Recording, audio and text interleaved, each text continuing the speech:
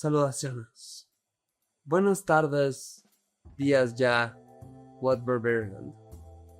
Mi nombre es Pamela Flowers y bienvenidos a la transmisión lynchiana, marciana. Como pueden ver, estamos en algo que podría parecer algo de los backrooms, y si eres una persona medianamente insoportable o ya te duelen las rodillas, podrás identificar que estamos en un cuarto rojo del Black Lodge de Twin Peaks. ¿Por qué? Porque el día de hoy vamos a aventurarnos en una aventura por esta serie tan aclamada, tan disfrutada, tan bizarra, lynchiana, tergiversada, que es Twin Peaks. ¿Por qué Twin Peaks? No van a decir, Romina, esto pasó en historias que nunca pasó, pero esto es real. Yo le estoy pegando al micrófono otra vez, aunque esté en un lugar que no existe, le sigo pegando al micrófono. Tuve una visión en sueños hace como 4 meses que tenía que hacer un capítulo de Twin Peaks.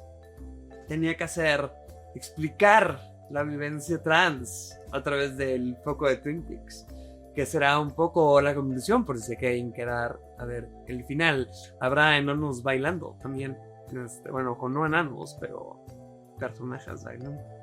Pero antes que nada, si tú no sabes qué es Twin Peaks y por qué lo tuve que ver en un sueño y por qué estamos en un entorno tan lynchiano el día de hoy, les voy a platicar un poco de esta historia. Esta obra hecha por el gran director, artista, pintor, músico, partícipe de la Santísima Trinidad de los Davides, David Lynch, que podría ser el equivalente al Espíritu Santo en esta Trinidad, en donde David Bowie es el Padre, David Byrne es el Hijo y David Lynch es el Espíritu Santo.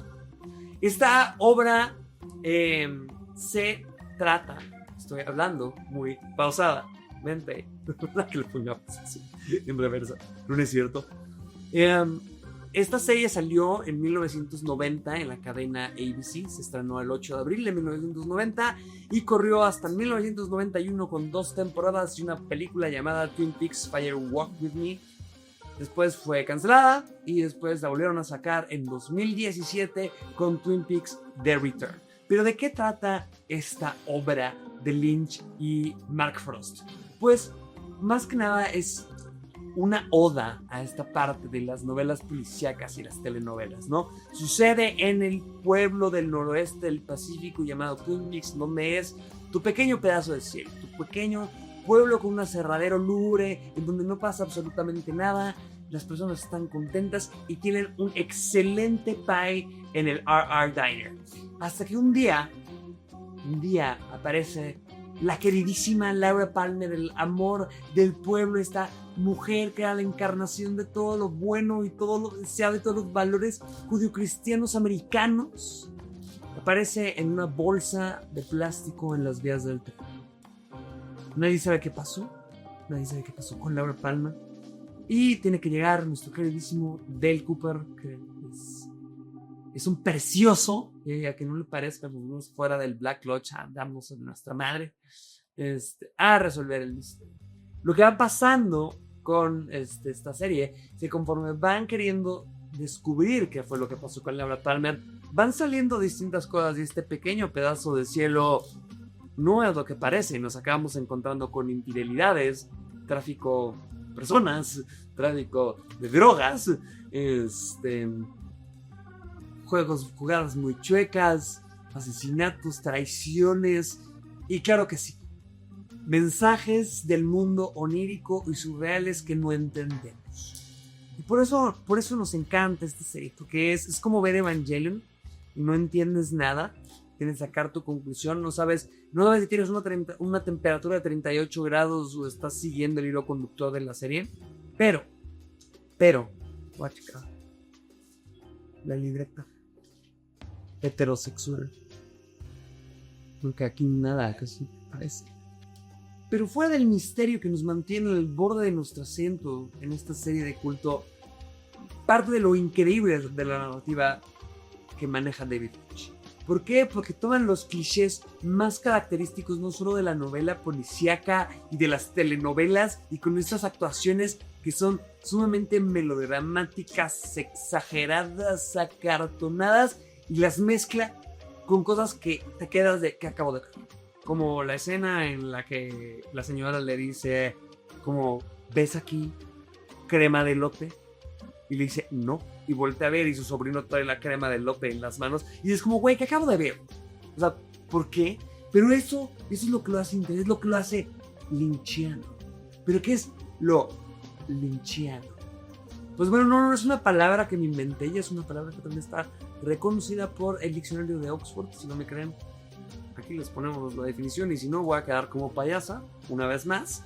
Pero es esta parte del sello muy característico de las películas de David Lynch, que logra mezclar estas partes tan cotidianas, tan cómodas, tan cozies con elementos sumamente bizarros, como esta escena en la que aparece un caballo a la mitad del cuarto y dice mamá, soy lesbiana. Bueno, no sé si dijo eso, pero yo así lo entendí. Entonces, a la hora que vamos mezclando toda esta parte con el terror psicológico y con estos elementos oníricos, encontramos este sello tan característico de Lynch, que además pues se entiende perfectamente por qué lo maneja de esa manera, porque pues, estuvo practicando toda esta parte de la meditación trascendental por tantos años y años y años, y siempre quiso estar como tan en contacto con este campo común, con este como imaginario colectivo, con esta parte como tan de Carl Jung que vamos a hablar en este episodio. Pero con todo esto, Twin Peaks logra explorar esta parte de la naturaleza humana. Logra enseñarnos esta parte de que el hombre y las personas y el ser humano tienen muchas capas, tienen muchos matices, en las que puede aparentar ser totalmente bueno y darle una imagen a la sociedad, pero detrás y tras bambalinas ser una persona completamente distinta. Nos habla de esta parte de tener dos vidas, de estar tan reprimido y tan agarrado y tan queriendo seguir las normas de la sociedad, que todo se acaba tergiversando, en donde las relaciones no son lo que son, en donde la monogamia parece que no existe en este pueblo, en donde todo nos va enseñando estas partes de la conciencia y la subconsciencia, no sé si así se dice, pero del ser humano. ¿Pero por qué? Entonces en este capítulo nos vamos a enfocar en tres puntos: la naturaleza humana, la naturaleza de los sueños, la naturaleza de la sexualidad y un cuarto episodio especial con el que cerraremos este bello capítulo, que fue Lo que me vine en los sueños. Pero no te me despegues del asiento, porque acompáñame a esta travesía a través del mundo de Twin Peaks.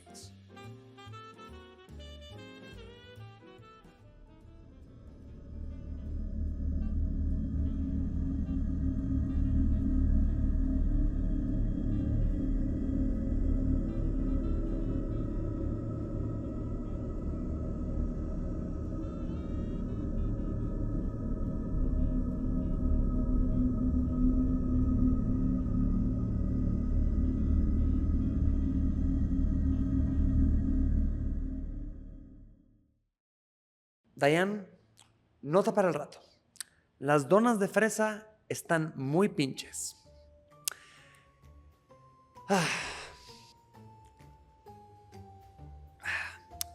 Esta es una horrible taza de café. Pero bueno, ¿de qué venimos a hablar hoy en esta bella estación de policía en Malafama Peaks? Uno de los puntos principales que toca la obra de Twin Peaks, la pregunta del millón: la naturaleza humana. ¿El hombre es bueno por naturaleza y es la sociedad la que lo corrompe, o el lobo es el lobo del hombre? Y no me refiero a la comunidad furra, me refiero más bien a este estado totalmente salvaje, en donde es como la película de The Purge, en donde todos nos estamos persiguiendo los unos al otros y que nuestra naturaleza es verdaderamente malvada. Esta es una pregunta que se han hecho durante varias generaciones de filósofos, y que parece que aún al día de hoy no tenemos una respuesta. Tampoco tenemos respuesta porque el café me quedó tan mal. Pero partamos un poco por el principio. Partamos por esta parte de la teoría de Thomas Hobbes, un filósofo inglés del siglo XVII que escribió en los 1600, lo tengo aquí en la libreta, homosexual, para que no digan, Romina, nos estás dando datos que no son. Les traigo los datos, preciosas.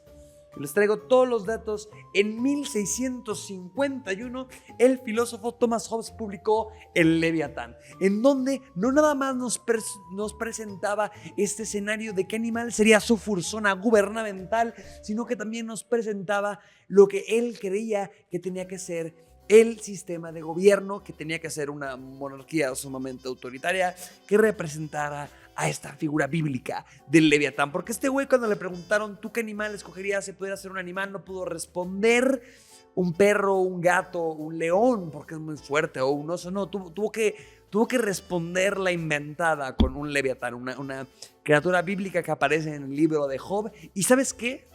Nos hizo un fanart. En la portada de su libro, la edición original del Leviatán, que es como un monarca hecho de pequeños monarquitas que son el pueblo. Pero, ¿por qué hablo de esto? ¿Qué tiene que ver, Romina? ¿Qué tiene que ver esto con Twin Peaks, güey? Ya me estás perdiendo, estás muy rebuscada desde el inicio.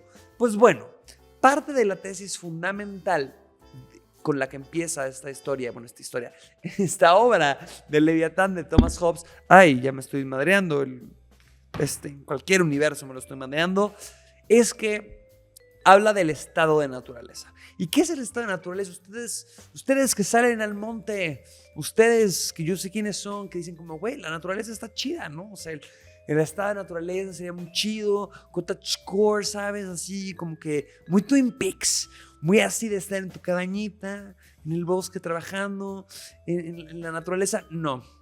No, preciosa, ese no es el caso que nos pinta Thomas Hobbes. El estado de naturaleza de Hobbes es un estado bastante violento, bastante pobre, bastante solo, y en donde la vida se vuelve bastante breve. Yo no lo dije, lo dice él en su obra. Si no me creen, vayan a checarla, pero yo se la resumo aquí para que no tengan que leer tal mamotreto. Pero, pues parte de lo que argumenta Hobbes de este estado de naturaleza es que es el mundo en donde no existía un sistema gubernamental, en donde existía el libertinaje total, ¿no? En donde el hombre no es diferente a las bestias de la selva y del bosque y de la tundra y de cualquier ecosistema que te haya enseñado la Miss Abby en secundaria. No. Aquí lo que nos plantea es un punto en donde el hombre, el ser humano, va a hacer todo lo posible por sobrevivir. Va a hacer todo lo posible por poder encontrar esta manera de poder oprimir, de poder subsistir, de poder estar como, pues, saliendo adelante en este entorno tan hostil, ¿no? Él, pues, describía que la vida en este estado de naturaleza era sumamente fría, violenta, pobre, breve. Ya se los había dicho, pero se los vuelvo a repetir porque es una visión, pues, muy impactante la que nos plantea Hobbes. Incluso unos les dijeron como, güey, qué pesimista, compadre. Cómete un sneakers. No, estamos hablando 1600, no existían los sneakers, pero pues era bastante como feo este estado, y decía, no, pues que tenemos que tener a una figura autoritaria que nos ayude a ejercer este contrato social en donde pues nos pueda reprimir totalmente estos deseos salvajes que tenemos, ¿no? Estos deseos que van a hacer que queramos que nos chinguemos al vecino porque hay un árbol que da manzanas y yo diga yo lo quiero y alguien más también diga yo lo quiero y nos peleemos a muerte por ese árbol de manzanas. Tiene que venir el Leviatán a decir alto, Jochis, no me la hagas. Vamos a poner reglas y vamos a existir en este mundo en donde ya cuando naciste firmaste un contrato social en donde pues vamos a hacer esto para que no nos estemos matando pues mutuamente, ¿no? Déjame checar, trae algo interesante en las notas sobre esto. Voy a citar aquí a nuestro querido Tomasito, porque según Hobbes en este estado peculiarizado, lo que él argumentaba es que de la igualdad procedía la desconfianza. De esta igualdad en cuanto a capacidad se deriva la igualdad de esperanza respecto a la consecución de nuestros fines. Esta es la causa de que si dos hombres desean la misma cosa y en modo alguno pueden disfrutarla ambos, se vuelven enemigos en el camino que conduce al fin a tratar de aniquilarse el uno al otro, ¿no? Es esta parte de, pues, si todos somos iguales y todos podemos conseguir las mismas cosas, pues yo quiero, o sea, como le hizo Don Omar a Romeo Santos, yo quiero a tu mujer y voy a salir con tu mujer. Y esto pasa también mucho, lo vamos viendo, que pasa en nuestro pueblito precioso, pueblo mágico de Twin Peaks, ¿sí? Pueblo mágico con sus letras así de alebrijes que dicen Twin Peaks que tenemos ahí en la serie. Pues vemos todo el tema de El Aserradero, vemos todo el tema de Josie y su hermano, vemos todo el tema de Bobby Briggs y su novia y Leo. Están pasando muchas cosas de gentes, personas, seres humanos que quieren la misma cosa, ¿no? Entonces, pues, como les había mencionado, llega a este estado en el que tenemos que tener un ser, una persona que nos esté poniendo en línea para que no estemos, pues dándonos en la madre mutuamente, ¿no? Y la gente que le decía, oye, Tomás, pero está muy pesimista esto. Yo sí creo que hay una bondad innata en el hombre. Decía, pues, compadre, deje usted, mi compa. No, qué asco. Nosotros no somos así en este programa. Deje usted la puerta de su casa abierta. Si usted confía tanto en la bondad innata del ser humano, deje su casa abierta, ¿no? Que se meta alguien. Thomas Hobbes sonaba más bien como tu tía panista que quiere convencerte que todos son unos huevones y que están pasando muchas cosas y que no, que todo lo quieren gratis, ¿no? Sí, probablemente también era así Hobbes, porque pues si estamos pensando en un estado de naturaleza en el que pues no hay propiedad y todo es de todos y todos sabemos compartir, pues, ¿por qué no nos estaríamos peleando por las cosas, ¿no? ¿Por qué no podríamos aprender a compartir y todo tendría que ser así de vamos a matarnos los unos a otros por los recursos? ¿Quién hace esta observación primero? Fue Jean-Jacques Rousseau. Jean-Jacques como uno de los personajes de Twin Peaks, porque todo está conectado,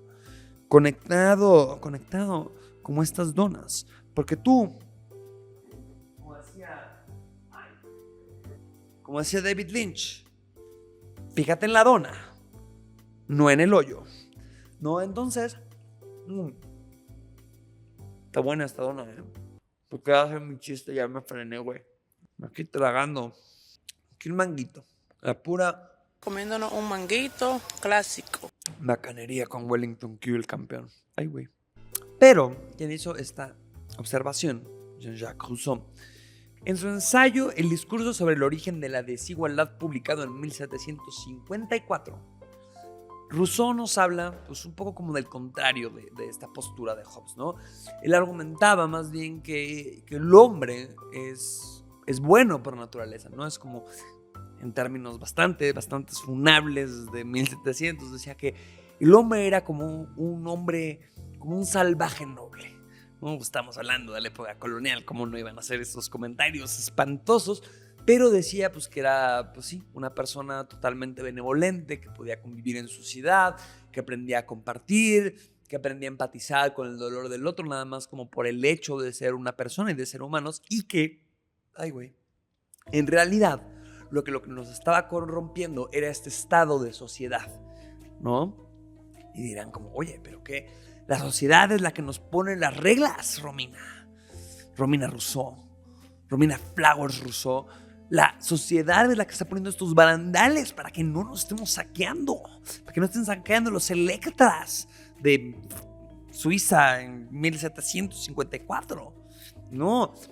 Y aquí nuestro querido Rousseau es lo que decía, pues no necesariamente, o sea, la sociedad y el estado de civilización y todo nos ha traído muchas cosas, pero el momento en el que alguien agarró un pedazo de tierra, dibujó una línea y dijo mío, y estableció la propiedad privada, pues empezó a generar esta desigualdad, porque alguien dijo, oye, o sea, pero esto es de todos, o sea, como que esto es tuyo, yo también quiero lo mío.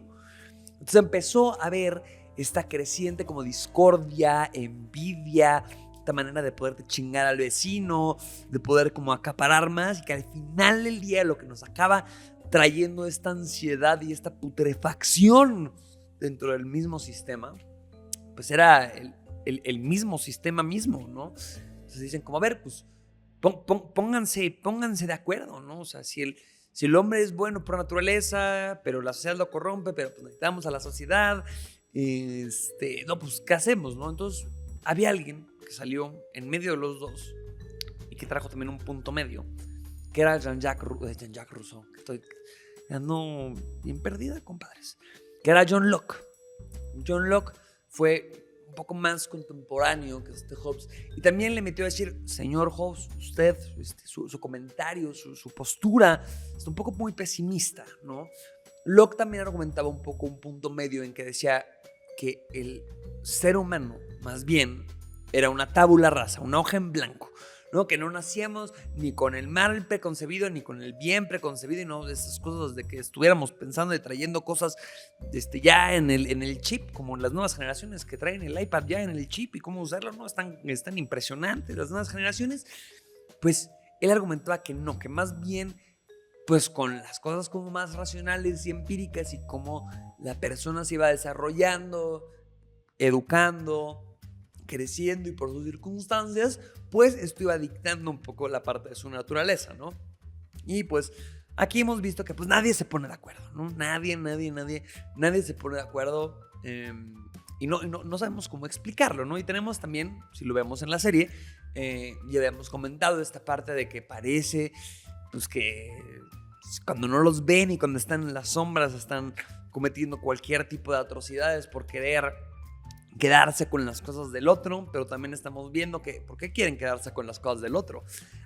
Porque alguien más era dueño del aserradero, entonces yo quiero cobrar el seguro, yo quiero ver estas cosas, y tienes allí a los Thorne moviendo todos los hilos, moviendo a la ciudad, volviéndose más ricos de poder y de dineros y de todo esto. ¿Y por qué lo pasa? ¿No? Pues por la misma avaricia que viene de la parte como pues de esta acumulación de capital y de la sociedad y todo. Y van a decir, Romino, otra vez vas a decir que todo es culpa del capitalismo. Estamos hablando de David Lynch. ¿Por qué tenemos que regresar a las mismas cosas siempre? Pues don't hate the player, hate the game. Pero avancemos un poco más en el tiempo, porque me van a decir, me están trayendo puro viejo rancio, y sí, les voy a traer otro viejo rancio, pero un poco más contemporáneo, que tiene que ver un poco más con todo esto, porque me dices, güey, la obra de Lynch es muy psicológica, es muy así como del inconsciente. Por eso les voy a traer a alguien que fue de los padres del inconsciente, este otro viejo rancio que a él no nos cae muy bien, pero que tuvo varias aportaciones también muy interesantes, el señor polveado de la nariz, Sigmund Freud.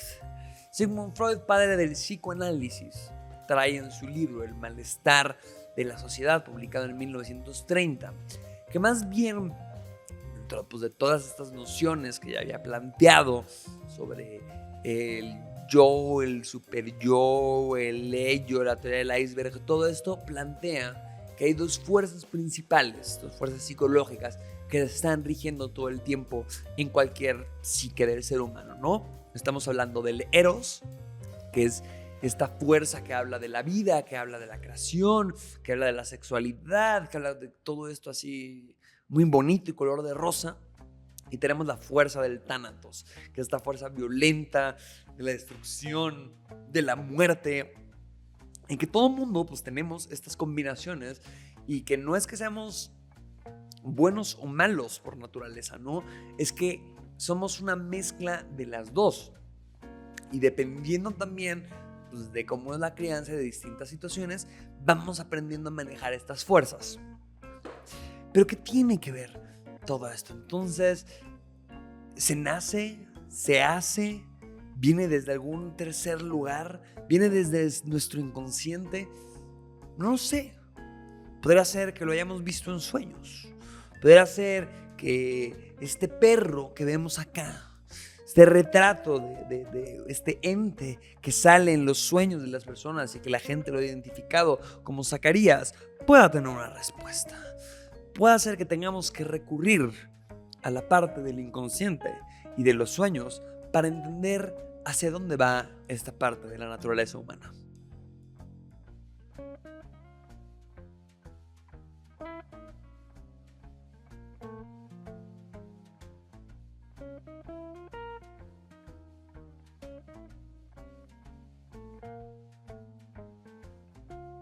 Potivar, Oval, Potivar, Potivar, Ueda, Blackal.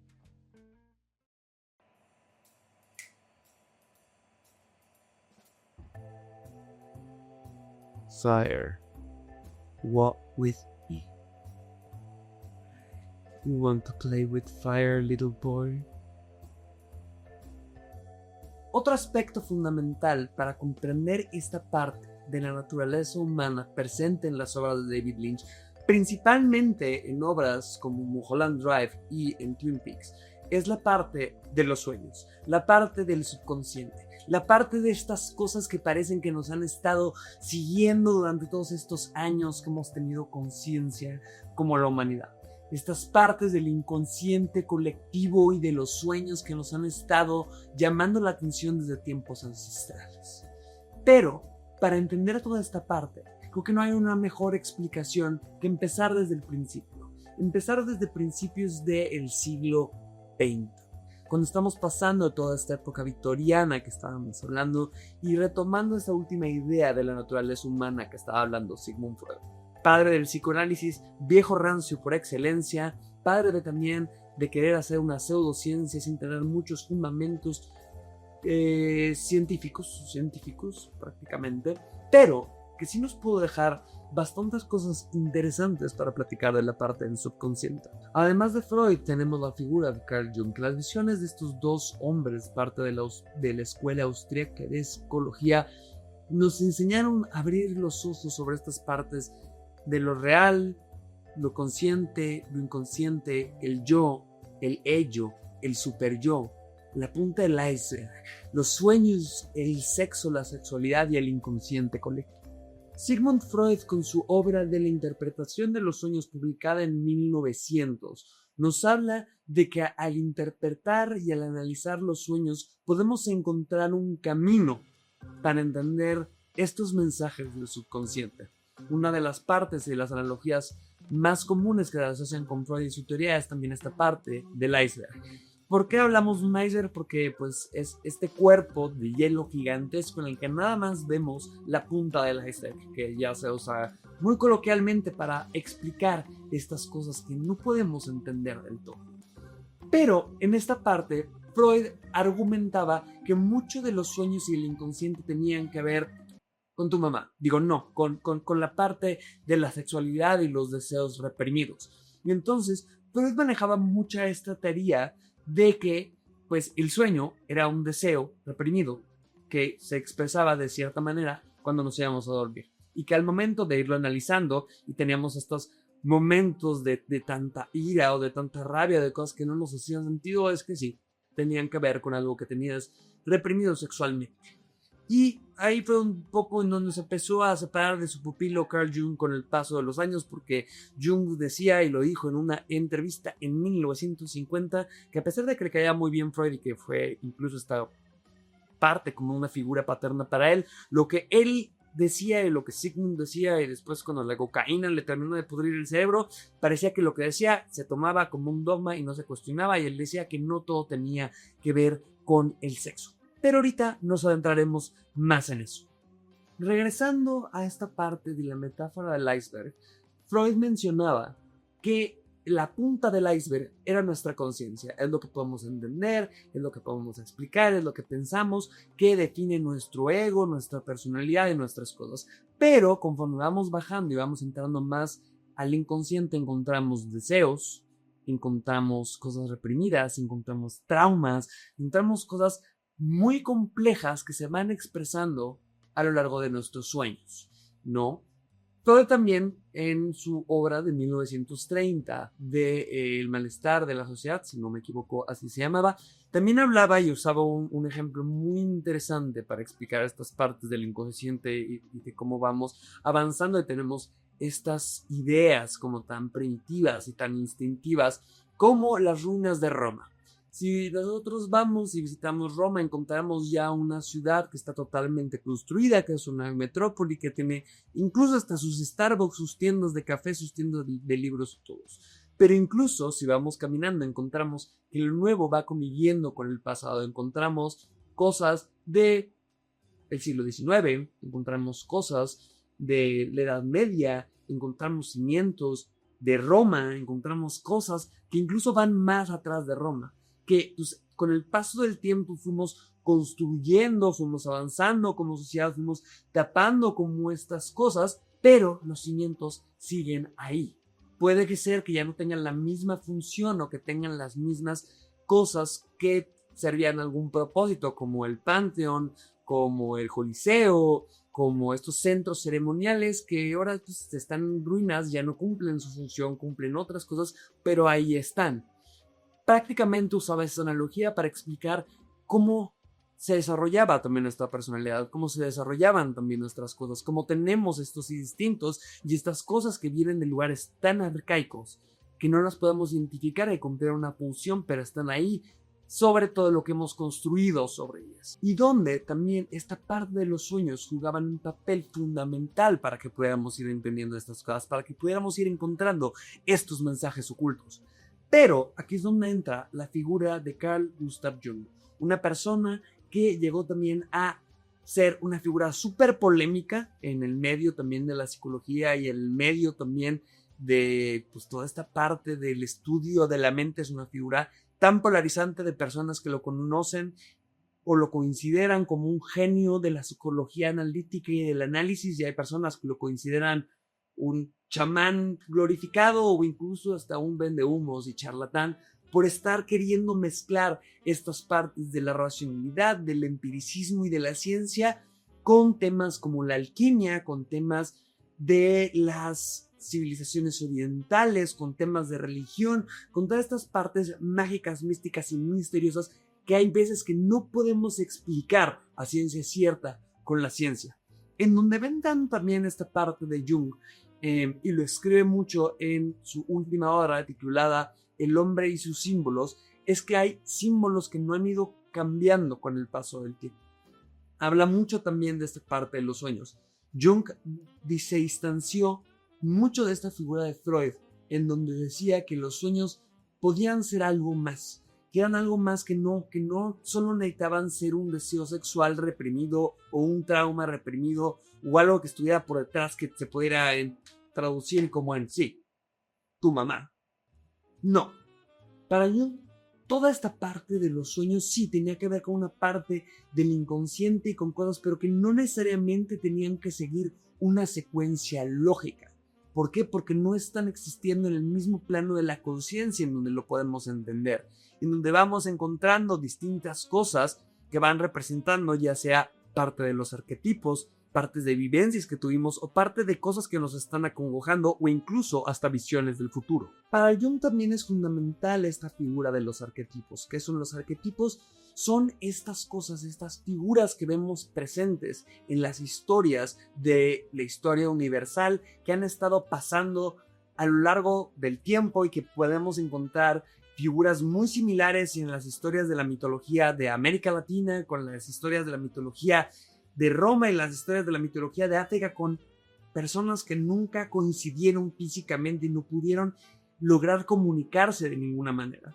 Él atribuía esto a una parte que se llama el inconsciente colectivo, que era este lugar mucho que se relaciona con esta parte de la visión de Lynch del campo común de las cosas, el unified field, del campo unificado, en donde iban existiendo esos arquetipos como el del héroe, el del padre, el del viejo sabio, que iban pues apareciendo de distintas maneras y nos iban traduciendo cierto mensaje. Por ejemplo, un individuo moderno después de la Segunda Guerra Mundial podía soñar con un diluvio, con luchar con una bestia mitológica o con poder enfrentarse como a un mal encarnado, que podrían sonar muy similares a historias que pudimos haber escuchado en la mitología antigua. Pero en la psicología junguiana, toda esta parte de los sueños y estas capas de los sueños tienen un índole personal. No se pueden explicar a ciencia cierta nada más como por seguir un libro, por seguir ciertos patrones. Se tienen que explicar, pues, nada más con el individuo, y por más que la persona que los está analizando solo tienen esta validez con el individuo. ¿Y qué tiene que ver también toda esta parte mágica y mística y misteriosa con la parte de Twin Peaks? Pues bueno, en esta serie vemos también que esta parte misteriosa y mágica que no va encajando con este entorno del Pacífico del norte, de estas ciudades cerca de Portland, de Seattle, no van encajando. Estamos encontrando estas partes de visiones y de tener conversaciones con gigantes que se aparecen en tu cuarto a la mitad de la noche y te dan 3 mensajes. Los búhos no son lo que parecen. Un hombre dentro de una bolsa sonriente y no me acuerdo cuál era el tercer mensaje. Pero son estos mensajes que van llegando como de una entidad que podría ser considerada hasta como el arquetipo del viejo sabio. O podemos encontrar también estos mensajes como cuando llegan con el agente Cooper a decirle: estamos estudiando las radiaciones del espacio y estamos checando esto todos los días. ¿Y por qué me traes este mensaje para mí? Porque encontramos que dentro de los mensajes cósmicos que estábamos interceptando decía: los búhos no son lo que parecen. Y después de horas encontramos también que dentro de este código decía Cooper. Y te puedo decir como que tiene que ver esto con un asesinato y con el tráfico de drogas que están queriendo manejar, o con un personaje que apareció hace 50 años y le decía al papá de Laura como: hey niño, ¿quieres jugar a Kung Fu Echo?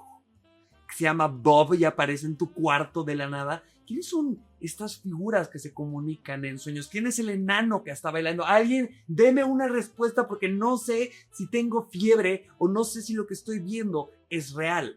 Lo mismo pasa con los sueños. Son este lugar en donde luego vamos encontrando estas respuestas, donde vamos encontrando lugares que tal vez nunca hemos visto y años después los visitamos y decimos como: ¿por qué me encontré con esto? Son personas con las que soñamos hace 1000 años, son visiones que tenemos de las personas con las que nos vamos a casar, son conversaciones que estamos teniendo en casa de nuestra abuela con güeyes con los que no vemos hace 15 años y estamos teniendo una conversación mientras tú tienes una maleta de viaje en donde nada más traes unos tenis y un caballo se aparece a la mitad de tu cuarto. Sí, voy a seguir con el chiste del caballo. Pero al parecer, aunque pudiéramos decir como sí, otra vez, como Freud, el caballo tiene que ver con tu mamá. No, podríamos ir un poco más al fondo. Lo que lo vuelve también interesante es que esta parte de lo onírico, de lo surreal, de lo que no podía ser explicado a ciencia cierta, parecería ser que con la llegada del positivismo y que no se pudiera explicar con la ciencia, lo descartamos totalmente. A cualquier persona que pudiera estar hablando de la alquimia como Jung, lo tratábamos como un viejo loco, lo tratábamos como que no tiene un fundamento científico, que es como, güey, ¿por qué crees en el horóscopo? ¿Por qué crees en la brujería? Esas cosas no pasan, eso no se explica con números y con factos. Y yo sé que Iker se está retorciendo en el fondo mientras yo voy diciendo estas cosas, porque él también es muy de factos, muy de números, pero no todo tendría que ser así. No todo tiene que ver con esto. Hay cosas que pueden existir en este campo que no entendemos. Y creo que la manera en la que lo logra mezclar Lynch con su obra es sumamente interesante. Es como cuando también ves Mulholland Drive y te quedas más chueca que cuando viste el final de Evangelion por primera vez, porque dices como, güey, fue una mala idea ver esto mientras tenía gripa porque no acabo de entender nada y no sé si estoy alucinando yo o es la misma película la que está alucinando. Pero parece que hemos perdido esta parte de la conciencia, esta parte de la magia que puede tener el mundo que nos rodea. Pero vayamos un poquito más atrás. Si queremos también entender esta parte del porqué de los deseos del inconsciente, tenemos que regresarnos otra vez a 1923 y entender esta parte de la teoría del ello, el yo y el superyo planteada por Sigmund Freud antes de que se le friera el cerebro por tanta cocaína. Pero estas fuerzas psicológicas representan fuerzas opuestas que están como existiendo y existiendo al mismo tiempo, y lo vemos también como esto se ve mucho también en la parte de Twin Peaks por toda esta parte de la naturaleza humana de la que ya hablamos, ¿no? La parte del ello puede ser esta fuente de los impulsos primitivos, esta parte que mencionamos que son las ruinas de Roma de nuestro cerebro.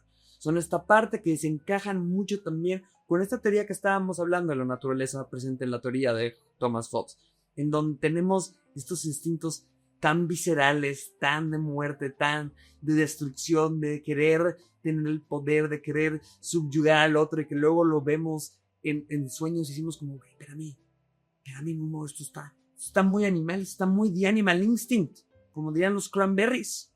Entonces, está esa parte, ¿no? Está esa parte del impulso que vamos también viendo en partes y en figuras con Laura Palmer, que parece que por querer estarse desarrollando en esta parte, en esta sociedad, por dar esta idea de que era el high school sweetheart de la mujer más perfecta y divina del mundo que iba a darle comida a los viejitos de su casa, tenía una doble vida, tenía una sombra muy profunda, tenía una parte que estaba muy anclada dentro del ello.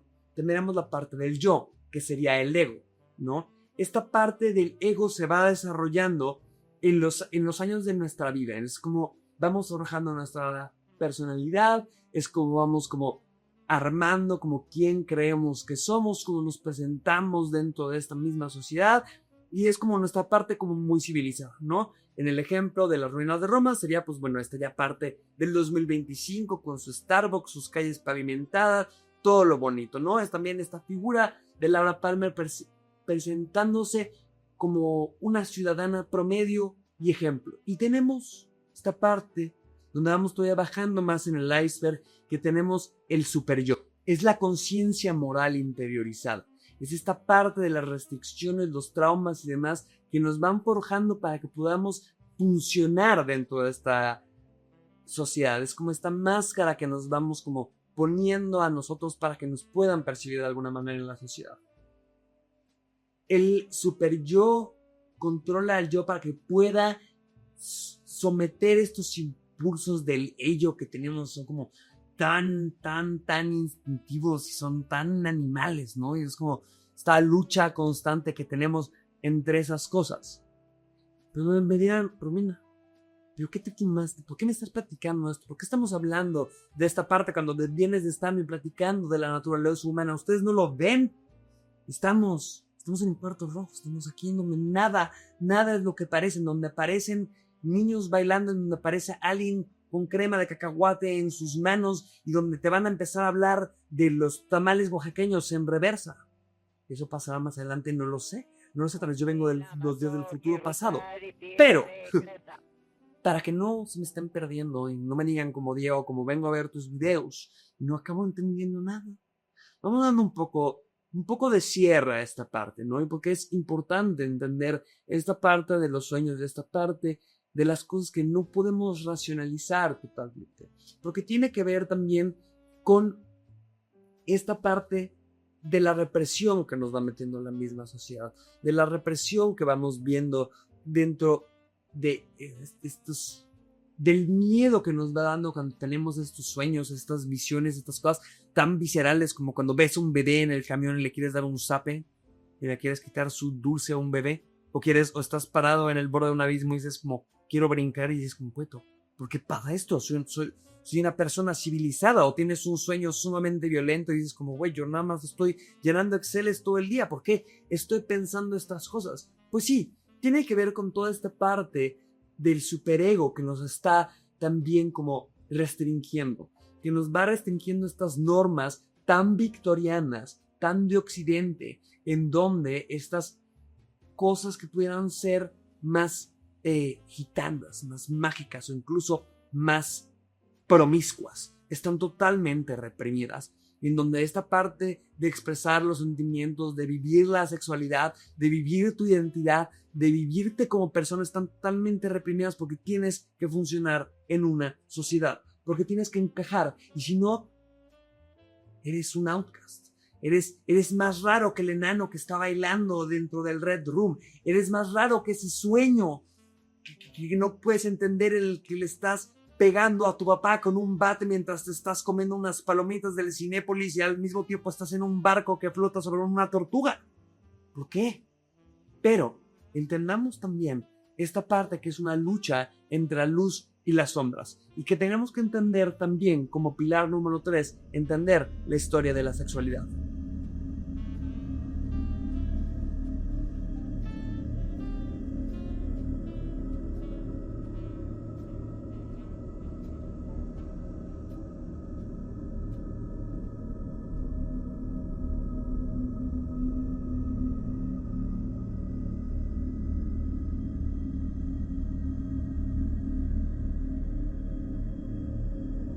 El tercer eje es crucial y está íntimamente ligado con los otros dos temas anteriores que hemos mencionado.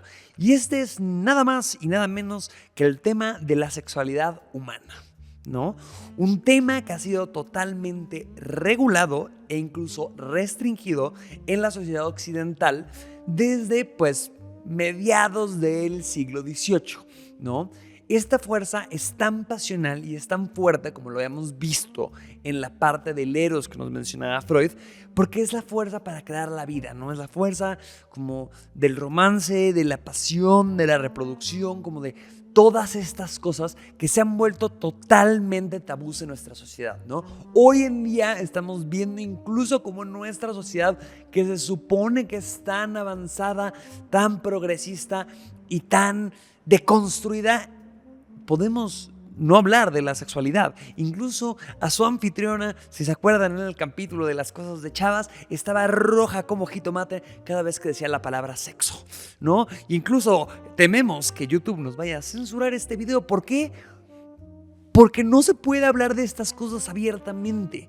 Se considera que es algo que está mal, que tiene que ser reprimido, que tiene que ser escondido debajo del tapete que está debajo de mis pies. Pero, ¿por qué es esto? ¿Por qué algo tan natural, tan instintivo del ser humano desde tiempos que empezamos a agarrar conciencia y que es vital para nuestro ciclo de vida, de reproducirnos, de generar descendencia, de sentir placer, de estar bien con nosotros mismos, es algo que parece que tenemos que esconder totalmente? Parece que es igual esta lucha, o sea, de la sociedad, o sea, como de este super yo, de tener que, pues, esconderlo, ¿no? Porque es una fuerza, es algo tan animal, tan que nos recuerda a este estado de naturaleza de Hobbes. Y no, tiene que ser metido abajo del tapete, ¿no? Esta moral tan estricta sobre la sexualidad y que viene cargada también de una represión, pues, muy fuerte por parte de la ideología judeocristiana y de esta culpa cristiana de la que hablaremos más adelante, se puede ver perfectamente representada en la trama de Twin Peaks. ¿Por qué? Porque parece que para poder experimentar estos placeres y estas mieles de la sexualidad humana, tenemos que vivir una doble vida. Y es el caso más puntual y exacto que vemos todo el tiempo de la historia de Laura Palmer, y cómo vamos viendo que tenía que estar viviendo esta doble vida en las sombras con tal de poder experimentar esto. Pero, ¿por qué parece que es tan tabú? Pues primero empecemos por el principio, antes de que les empiece a citar a pelones que hablan de la sexualidad, porque sí, hoy vamos a citar a dos pelones, incluso hasta tres. En donde, pues, ¿de dónde viene mucho esta culpa? De la culpa judeocristiana, ¿no? Principalmente como de esta idea del cristianismo, de esta idea de que el sexo y la sexualidad únicamente tiene que estar metida en la función reproductiva. Únicamente lo tenemos, y lo que Dios quiere y lo que está para ahí es para que podamos reproducirnos como especie. Cuando es ahí, está bien, pero cuando es para poder sentir este propio placer y poder sentirnos más humanos y poder, pues, estar en contacto con esta parte de nosotros, no, es pecado. Es castigado. Y si tú disfrutas de ello, tienes que, bueno, rezar 20 Padres Nuestros, darte 3 flagelaciones en la espalda y estar totalmente arrepentido de lo que estás haciendo. ¿Por qué? Porque el disfrutar el placer, porque tiene esto, es, pues, güey, un pecado. ¿Por qué? Porque estás disfrutando. ¿Por qué? Porque entendemos también que en tiempos ancestrales podía ser un mecanismo de control, porque si la gente estaba, pues, poniéndole como conejos, pues iban a tener un problema de sobrepoblación, no iban a alcanzar los recursos y pues nos íbamos a morir de hambre, iba a desaparecer la raza, ¿no? Pero, pues surgió que, pues, más bien al barbón que está sentado en el piso de arriba no le parecía que nosotros nos estuviéramos tocando nuestras cositas. Y bueno, y ni siquiera hablemos nada más de esto, ¿no? O sea, toda esta parte de la identidad y de la homosexualidad y de todas estas cosas que parece que van en contra de esta norma, en contra de esta ideología judeo-cristiana, de estas partes que exige la sociedad, pues están mal y tienen que ser castigados y tienen que ser puestos nuevamente en su lugar. Pero ¿qué es lo que va pasando con todo esto cuando lo vamos dejando que se acumule y que vaya creciendo y que se vaya haciendo más grande? Pues vamos teniendo problemas de infidelidades, estamos teniendo problemas de enfermedades de transmisión sexual, estamos teniendo pues muchos temas, violencias, cosas que van surgiendo a raíz de que no podamos experimentar esta parte que es tan innata hacia nuestras personas.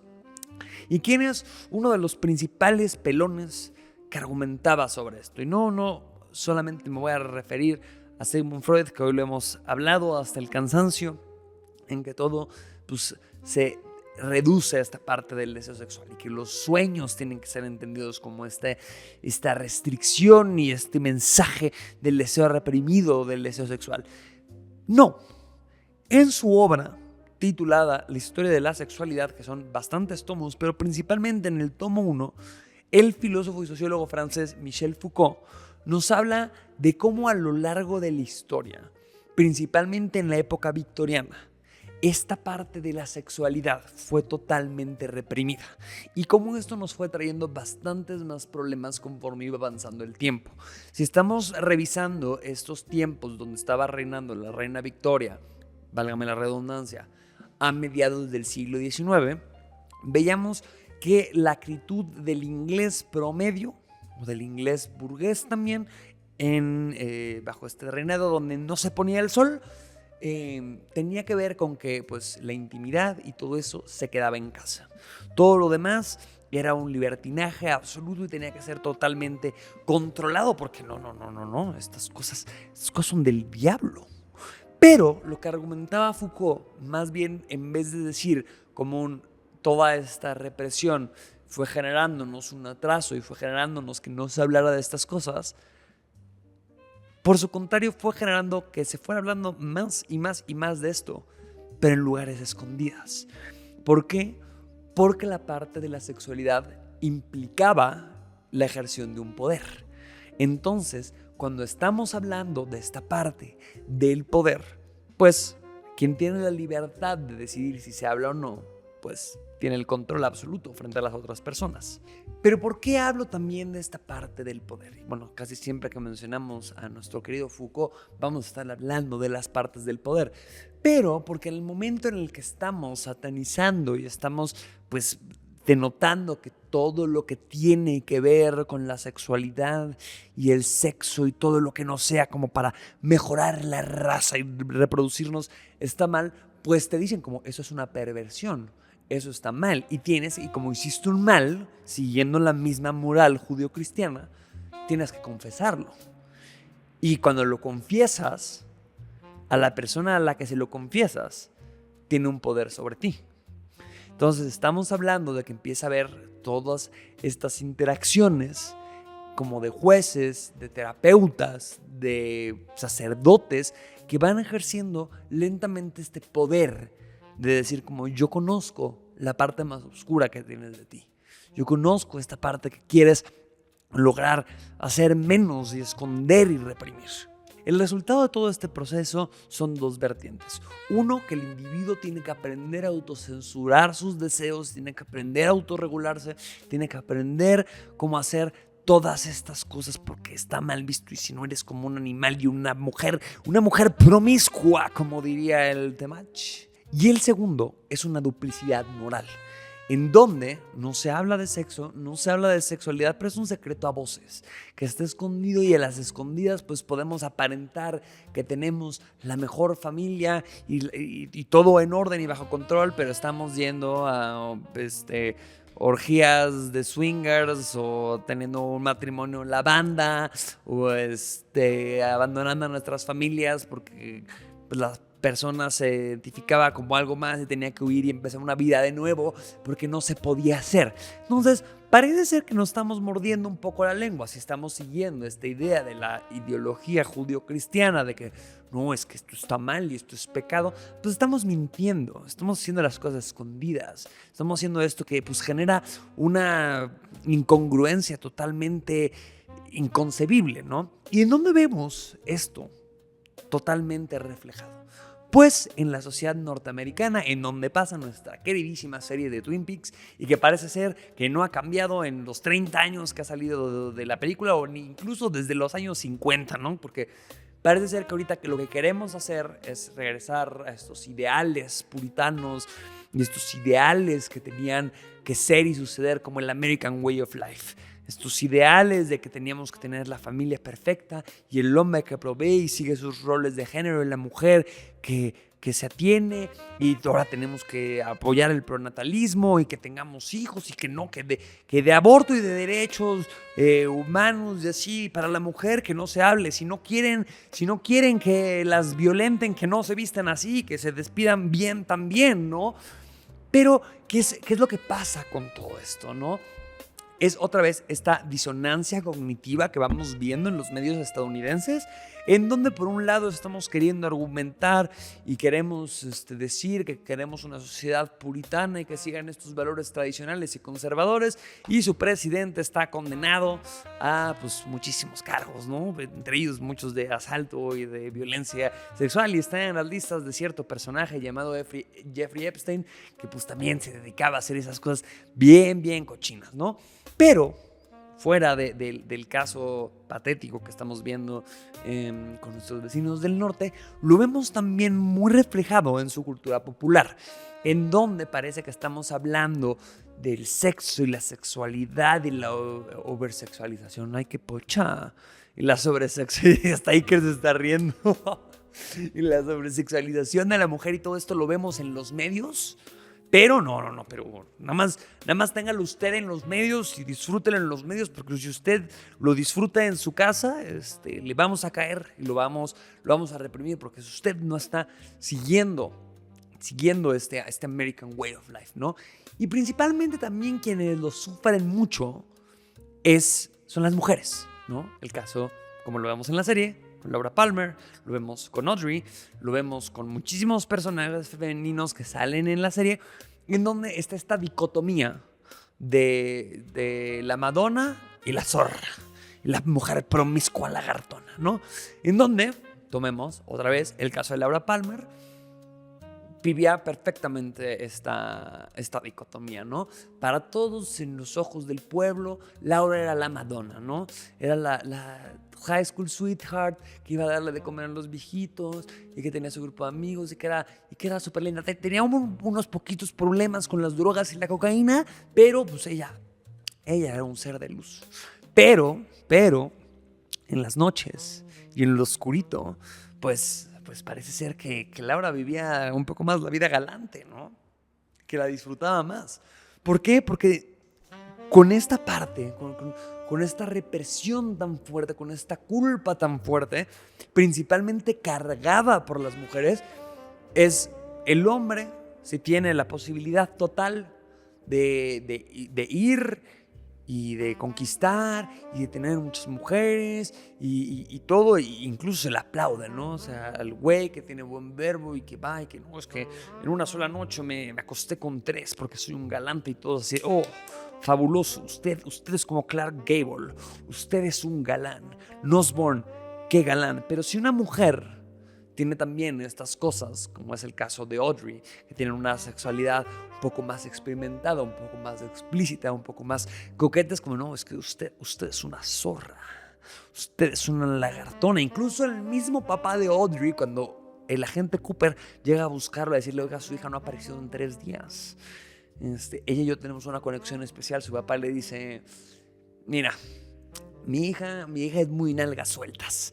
Y si usted cree que usted tiene una conexión con mi hija, pues mejor usted va a caer como un pato cuando estén de cacería. Entonces mejor vaya a empollar a otro lado porque pues mi hija es un caso perdido, ¿no? Cuando pues la hija está en claro peligro, ¿no? Como lo vamos viendo adelante en la serie.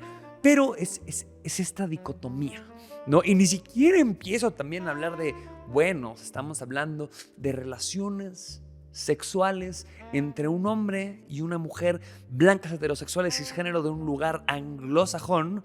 No, porque si le vamos metiendo más a la ecuación y estamos hablando de relaciones homosexuales o de mujeres de sexualidad diversa, de personas intersex, de personas de la comunidad trans, de todas estas cosas que puedan salirse totalmente de la norma, no. Eso es una aberración. Es que están queriendo controlar a nuestros hijos, están queriendo como lavarles el cerebro, porque lo que necesitamos es regresar a estos tiempos conservadores de antaño, en donde la sexualidad pues se usaba para reproducir. Ya la gente ya no quieren tener hijos. Ya nada más quieren estar ahí tomando azulitos y teniendo relaciones en la calle. No. O sea, qué fuerte. Very difficult todo esto. ¿Qué es lo que va pasando con esto? Vamos viviendo nuevamente esta parte de una doble vida.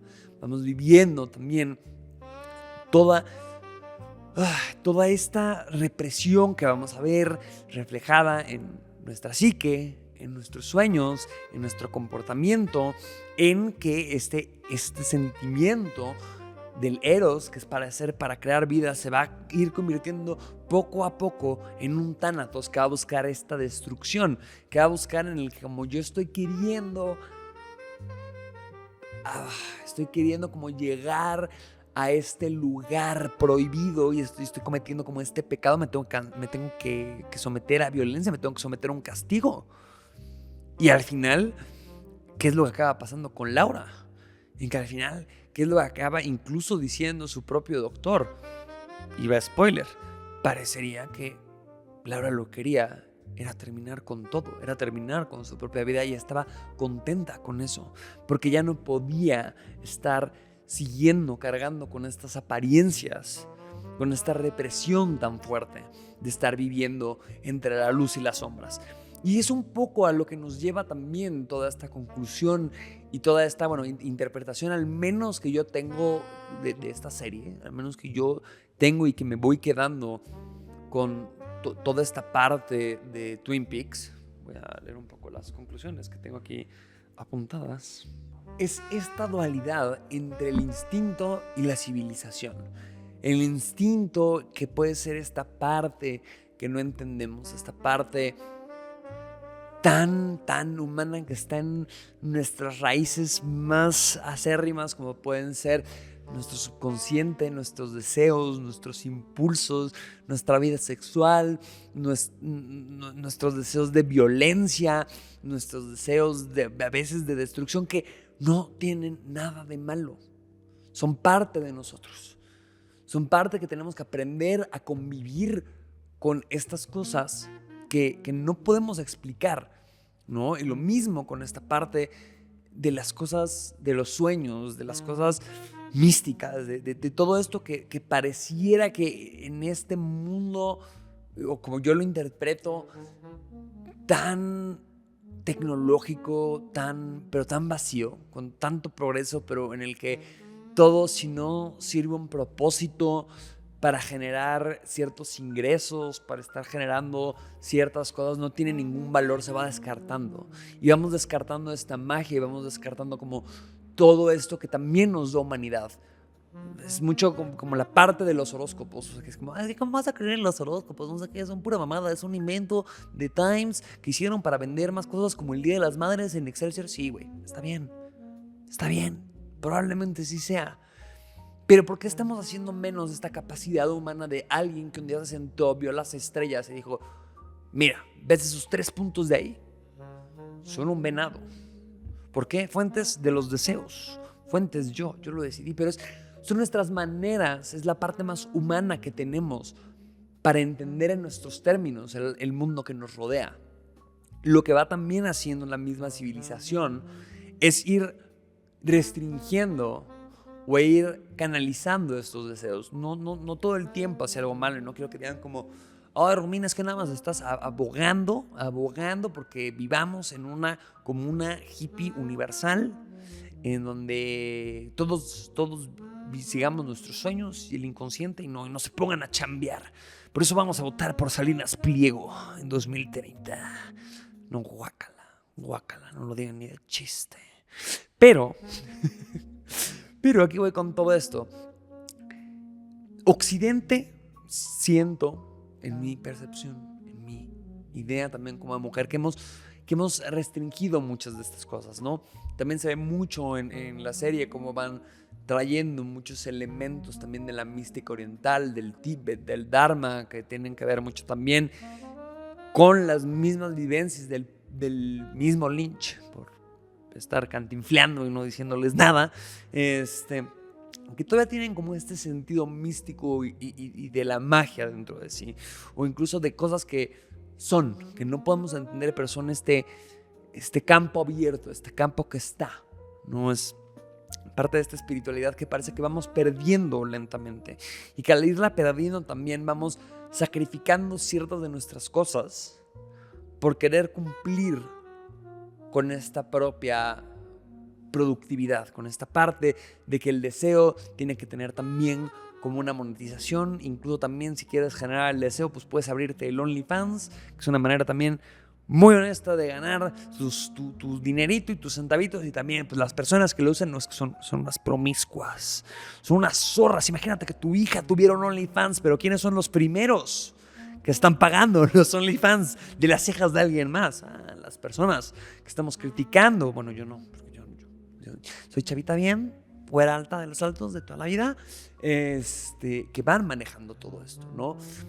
Entonces, es esta parte de estar en contacto con nuestros instintos, con estas partes que nos siguen haciendo humanos, con esta parte de saberlos canalizar, porque no es que estos instintos nos hagan malos, o que seamos malos por naturaleza. En mi percepción, es la manera en la que cómo los vamos canalizando y los vamos entendiendo, que vamos pudiendo llevarlos a que puedan rendir un fruto. Pero, ¿a qué quiero ir con todo esto? Pues, para que encontramos la conclusión, vayamos al cuarto eje que les propuse al principio del capítulo. Y para esto, regresemos al cuarto rojo.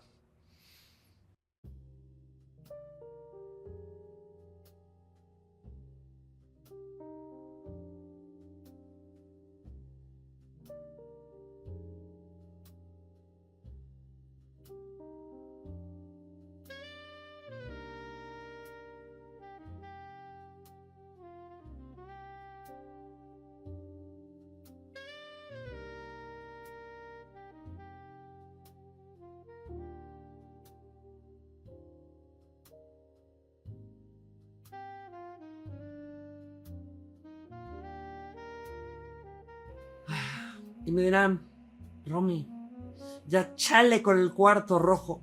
Ya nos soplamos 3 segmentos con el cuarto rojo. Pero ¿saben qué? No me importa. Este es mi programa y yo pongo las reglas en mi cuarto rojo. ¿A qué quiero llegar con todo esto? La razón por la que empecé este capítulo fue porque, quedándome dormida, incluso en sueños, tuve una visión de que tenía que hablar de Twin Peaks. Y no solamente hablar de Twin Peaks, sino hablar como de la serie, en hablar de lo buena que es, en dar como una crítica constructiva que no sé si realmente lo logré, pero lo estamos intentando.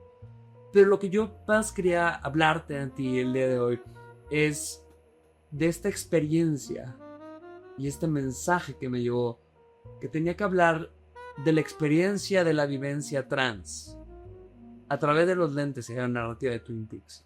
Me dirán, Romy, ya nos soplamos un segmento de la naturaleza humana, nos echamos un segmento de los sueños, nos echamos un segmento de la historia de la sexualidad y de la represión de la sexualidad.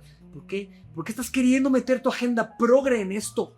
¿Por qué estás todo queriéndolo hacer de ti, de la comunidad trans? Pues Porque si estás poniendo atención, hay todo un hilo conductor que une estas tres ideas. Y es algo que me llamó mucho la atención la última vez que volví a ver la serie. Porque creo que el vivir esta experiencia trans, y al menos como ha sido en mi experiencia, ha sido una experiencia muy linchana, en donde yo estaba viviendo una vida normal, común y corriente, aparente, que parecía que yo era el ciudadano promedio ejemplar con un trabajo establecido y con la vida resuelta por ser hombre blanco, heterosexual, cisgénero, de una posición privilegiada, y de la nada me cayó la cruda realidad de que todo lo que estaba viviendo era un espejismo y era una mentira. Y parecía que realmente esta puesta en escena que yo estaba haciendo de mi vida era como estas puestas en escenas tan exageradas y tan melodramáticas como las que vemos en la serie. Está esta parte de la naturaleza en donde eres quien eres. O sea, no es que sea bueno, no es que sea malo.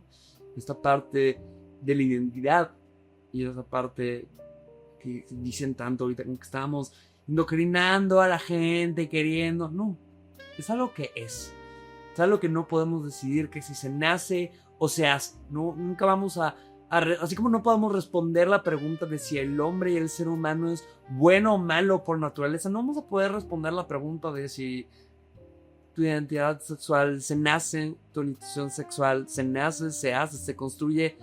Todo es un constructo, todo es parte de un performance, como el que estamos poniendo aquí en este set. Y fue algo que me tomó también como mucho tiempo entender, ¿no? Porque yo, así como muchos de los personajes que vamos viendo en esta serie, como Laura, como todos los personajes que vamos viendo en esta serie, que parece que tienen una doble vida, que parece que tienen el matrimonio perfectamente hecho de años, pero se están pintando el cuerno mutuamente, o están trabajando en negocios ilegales, o están haciendo cosas totalmente escondidas en esta sombra para que la sociedad, las reglas y todo no los vean. Así se sentía mi vida.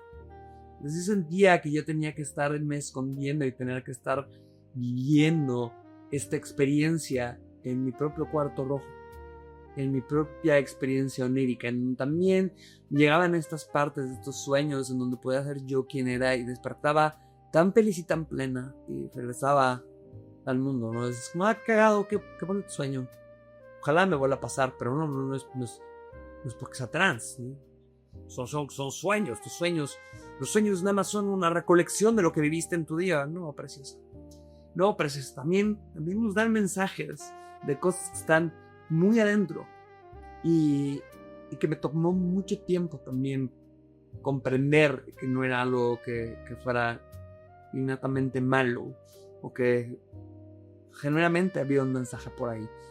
Y también esta parte de la represión de la sexualidad y de la vida sexual y de todo esto. Sí, esto. Perdón, YouTube, no me demonetices por estar haciendo estas palabras, pero tiene también mucho que ver. O sea, me impresiona mucho en la temporada 2, y sí, les dije desde un principio iba a haber spoilers. Justo cuando van indagando más sobre el caso de Laura, y vamos viendo pues que estaba metida trabajando en el One Night Jacks, como una mujer de la vida galante, o estaba teniendo pues sus caberes con el güey de las gardenias, o que estaba teniendo prácticamente sus caberes con todo el mundo, que quería que alguien la dominara y que alguien le hiciera algo y mantener estos impulsos. Yo lo sentía también. Yo lo sentía también como que era como algo que estaba dentro de mí, que estaba mal, que las personas no iban a entender.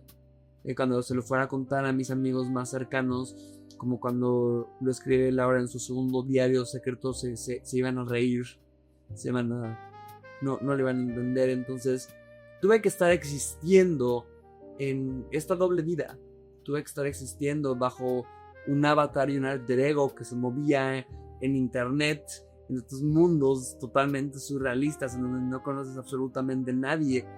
Y fui creando mi propia realidad en ese lugar, en ese momento, en el que todas estas cosas que yo sentía, que eran una fantasía o estaban mal, y por ser como una fantasía y que yo pensaba que no se iban a cumplir absolutamente, estaban mal. Las ficciones no se cumplen. Vida es sueño y los sueños sueños son, como diría Calderón de la Barca. Pero pues no, o sea, al final del día eres tú, soy yo, somos todos. Y me impresiona también mucho el ver el discurso y estar viendo el tiempo en el que estamos viviendo en una supuesta sociedad que logró avanzar, que logró deconstruirse, que logró hacer muchas cosas y que estamos dando una vuelta de hoja a volver a querer esconder estas cosas y que volvamos a vivir dentro de las sombras, que volvamos a vivir en esta represión. Hemos visto y lo vemos mucho en la serie las consecuencias que trae el que no puedas vivir tu vida, el que no puedas entender estas cosas, el que viva tan reprimido, en el que tengas un destino tan fatídico como el que tiene Laura o como el que tienen muchos personajes por querer estar persiguiendo estos instintos y estas cosas que no pudieron hacer.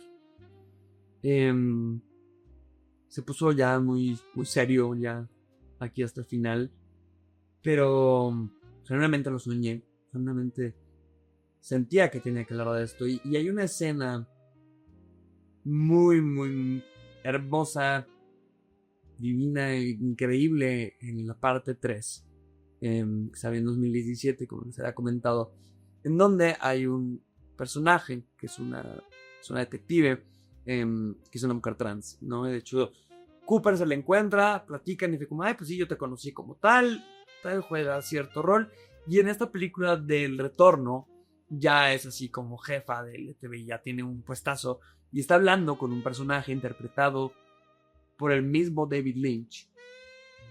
Y esa escena en la que le dice, como en el momento en el que tú saliste y me dijiste quién eras y todo, hice todo lo posible porque tú te sintieras cómoda. Y toda esta gente que se burló, estos payasos sin gracia, yo llegué y les dije que arreglaran sus corazones o se murieran. Fix your hearts or die.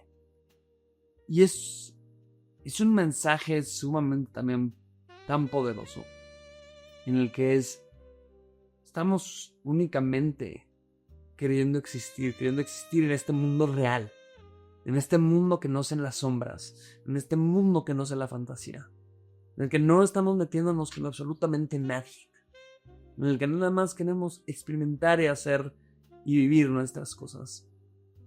Y si no pueden con eso, si no pueden arreglar sus corazones, si no podemos apelar a esta parte de la naturaleza, del deber, de esta figura muy como de Cooper, de ser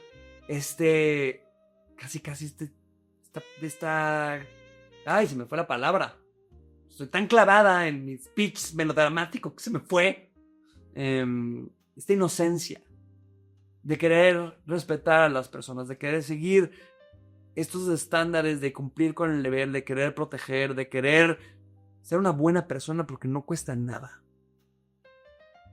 ¿Por qué volverlas a meter a las sombras? Una vez más, yo soy Romina Flowers. Esto es La Transmisión Marciana. Si no han visto la serie, váyanla a ver. Vean La Pirata porque está ahorita nada más transmitida en una plataforma que está apoyando una de las atrocidades más grandes que hemos visto en la historia. Entonces, háganme un favor. Creo que también está, ¿no?, en algún lugar que la puedan ver. Vale mucho la pena. Y pues nada, espero que les haya gustado este capítulo. Es algo diferente. Este programa, este podcast fue grabado en Estudios Mala Fama, en Calzada de Tlalpan, número 373. 393. Es que aquí todo no es lo que parece. El 7 se vuelve 9 y el 9 se vuelve 7. Calzada de Tlalpan 393. Los Malafamos hacen un gran trabajo. Se rifan totalmente. Vendenles mucho amor. Dejen su like, su amor en los comentarios. Suscríbanse, denle a la campanita. Y nos vemos en la siguiente transmisión. Adiós.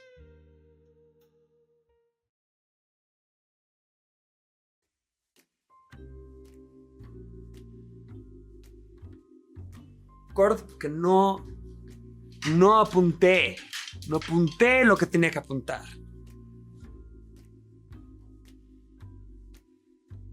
Mis dedos sucios me dan autismo. ¿Qué diferencia es cuando ya lo escribí, cuando ya lo tengo estudiado?